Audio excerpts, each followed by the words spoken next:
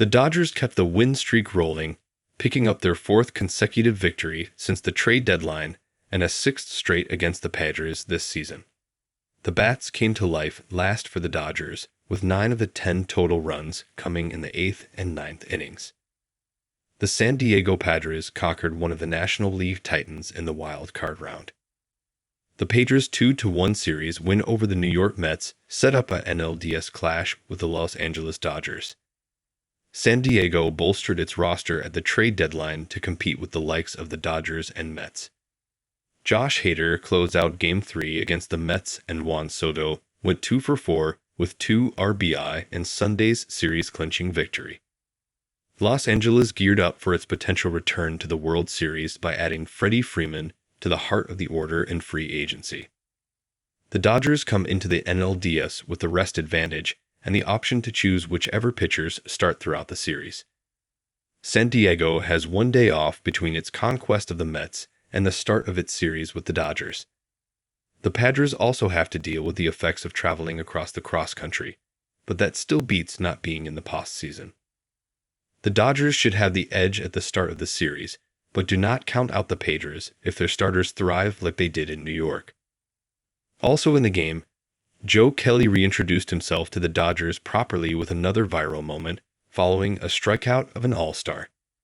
In this case, it was Fernando Tatis, and his expletive was a bit more harsh. Los Angeles comes into the NLDS with the ability to choose between a fresh Clayton Kershaw and a fully rested Julio Urias for Game 1 against the Padres. No one knows exactly if the top seeds in both leagues will benefit from the week off, but you have to think the Dodgers have an edge to start the NLDS because of the Padres' travel and starting pitching usage against the New York Mets. Kershaw carries 189 innings of postseason experience on his left arm. He finished the regular season with a 9-strikeout, 1-hit outing against the Colorado Rockies. Kershaw pitched at least 5 innings in each of his 6 September starts. He reached the 6th inning in 4 of those appearances. The Dodgers' southpaw is properly stretched out after an injury took away at most of his August. He could be saved for Game 2 if Dave Roberts likes Urias more to start the NLDS.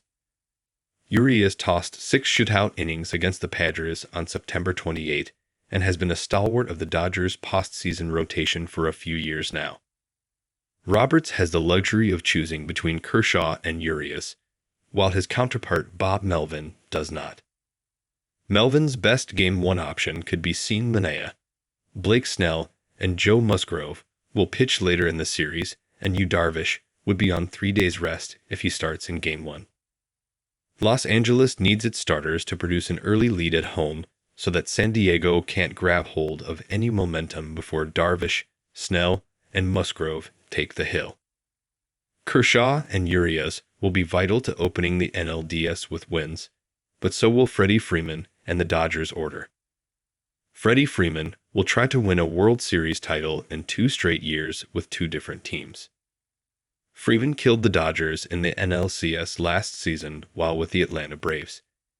He could be the primary difference maker in the Los Angeles order this postseason. The first baseman had 5 home runs and 4 multi-hit performances last postseason. He could be the most excited Dodgers hitter to face the Padres. He produced a 986 OPS and 343 batting average against San Diego in the regular season. Freeman had 17 RBI in 19 games against the Padres. That was his highest total against a single opponent in 2022.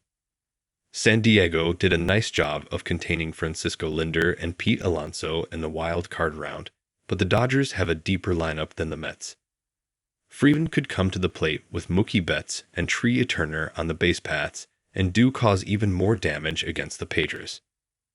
Fair or not, Freeman, the Dodgers' prized offseason acquisition, could be compared with Juan Soto, who was brought to San Diego to help the Padres challenge the Dodgers in the postseason.